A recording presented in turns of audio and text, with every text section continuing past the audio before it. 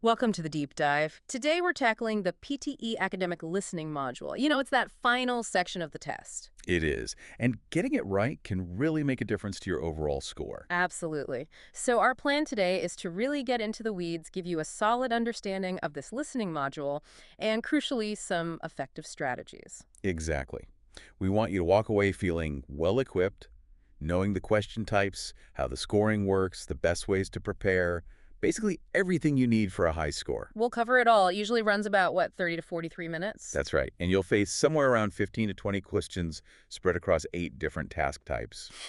It sounds like a lot, but we'll break it down. Okay, good. So where should we start? Maybe with the first task type. Let's do it. Yeah. First up is summarize spoken text. Right. What does that involve exactly? Okay, so you'll listen to a short academic lecture. It's usually somewhere between 30 and 90 seconds long. Okay. And then your job is to write a summary of that lecture. The key constraint is the word count, 50 to 70 words. 50 to 70 words? That's quite concise. It tests listening, obviously, but also writing skill. Precisely. It's an integrated skills task, listening and writing.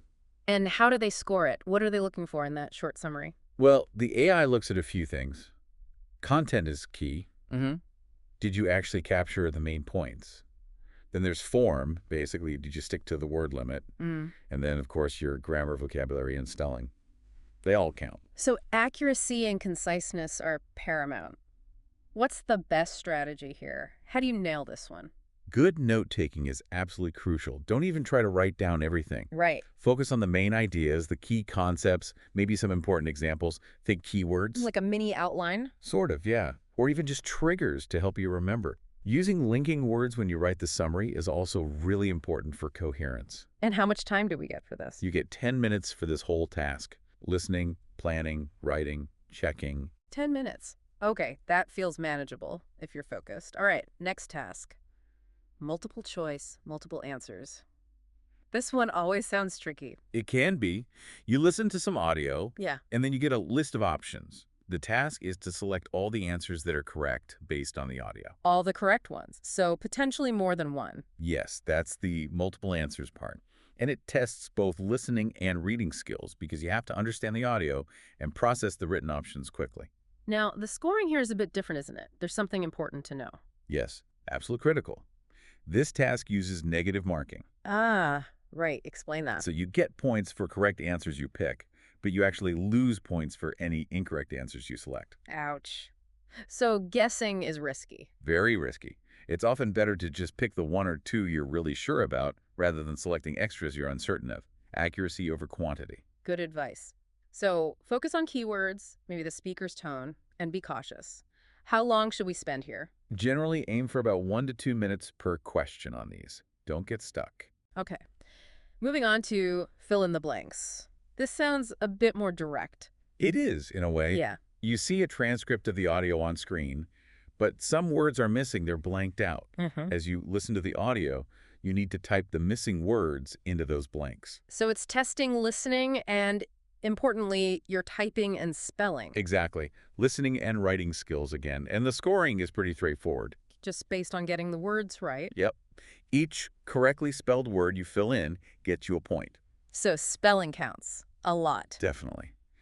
Pay attention to word endings, plurals, tenses. You can either type as you listen if you're quick, or maybe jot down quick notes phonetically and fill them in right after. And the timing for this? Also short. Yeah, similar to the multiple choice, aim for about 1 to 2 minutes. Keep things moving. Got it.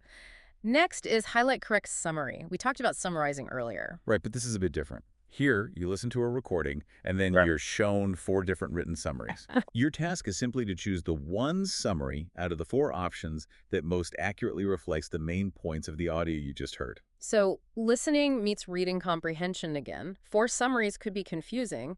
How do you pick the right one? The key is to really listen for the overall message, the main idea, during the recording. Yeah. Then when you read the options, look for the one that captures that essence. And eliminate the others. Exactly. Eliminate summaries that have wrong information or maybe focus too much on a minor detail or just miss the main point entirely. Focus on the big picture. Time allocation. Again, about 1 to 2 minutes is a good guideline. Okay. Makes sense. Then we have multiple choice, single answer.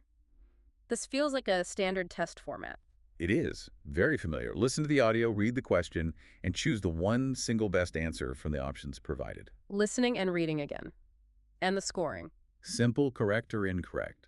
No negative marking here. Phew. Strategy. Listen for the main idea or the specific information the question is likely targeting. As you listen, maybe anticipate what the question might be.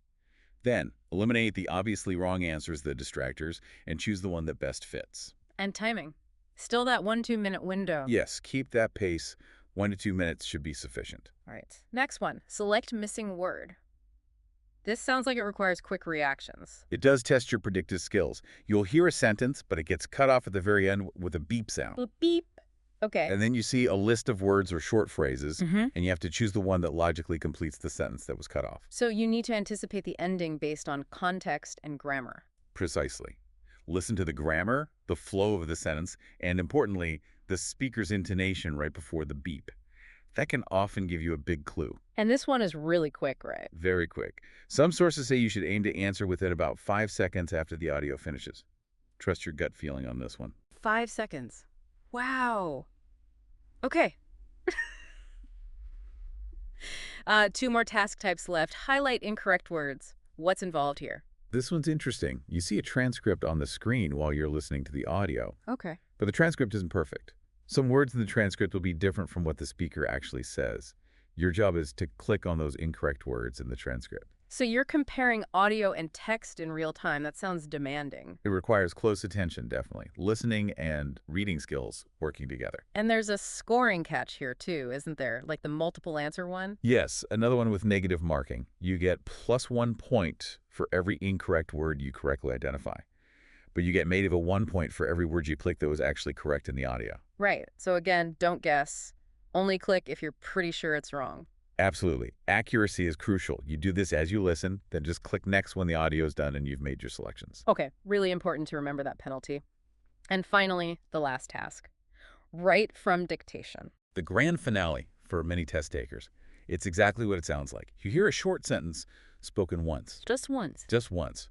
And you have to type that sentence exactly as you heard it, word for word. Wow. Testing listening accuracy, typing, spelling, punctuation, everything. Pretty much. Listening and writing skills combined again. The scoring is based on the number of correct words you type in the correct order. So every word matters. What's the best way to handle this? Try to type as you listen, if you can keep up.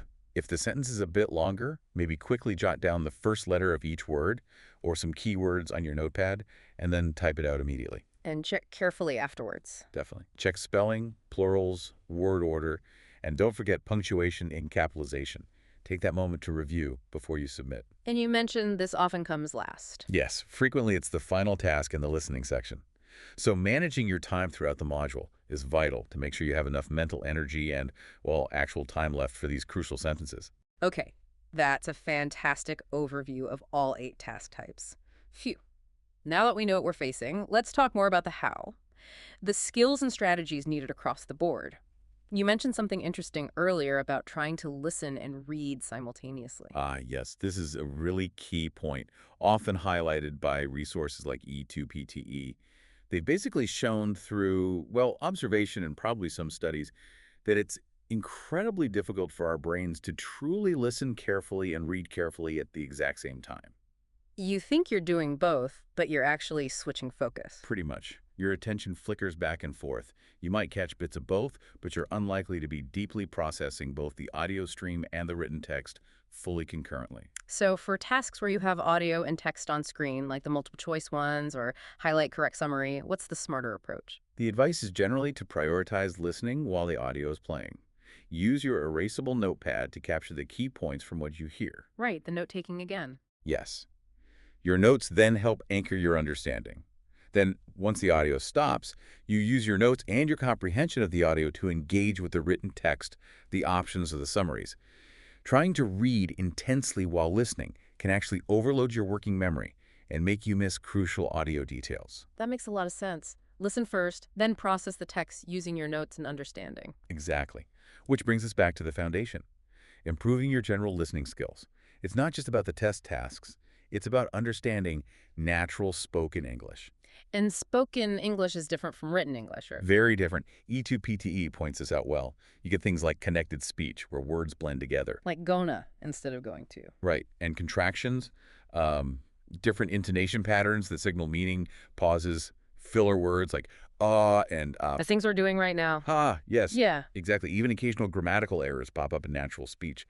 You also have word stress, rhythm. Function words often get swallowed or spoken quickly, while content words are stressed. And, of course, different accents. And PTE uses authentic audio, like real lectures. Yes, so you will hear these features. It's not actors reading slowly and perfectly. It's designed to reflect real academic listening situations. So getting used to that natural, sometimes messy flow of speech is key. Absolutely. And that connects back again to note-taking. Use that notepad. Leaf Scholar also emphasizes this. Develop your own shorthand, use symbols, focus on main ideas, names, dates, numbers, whatever seems important. Because you just can't hold it all in your head reliably. No way, especially not under test pressure. Yeah. Your notes are your backup brain. Okay. Let's talk about time management. Always critical in PTE, but sounds especially so here. It really is. E2, PTE, Leap Scholar, everyone stresses this. You've got that overall clock ticking down for the whole module. We mentioned 10 minutes for summarized spoken text and maybe 1-2 minutes for most others. Any other timing tips?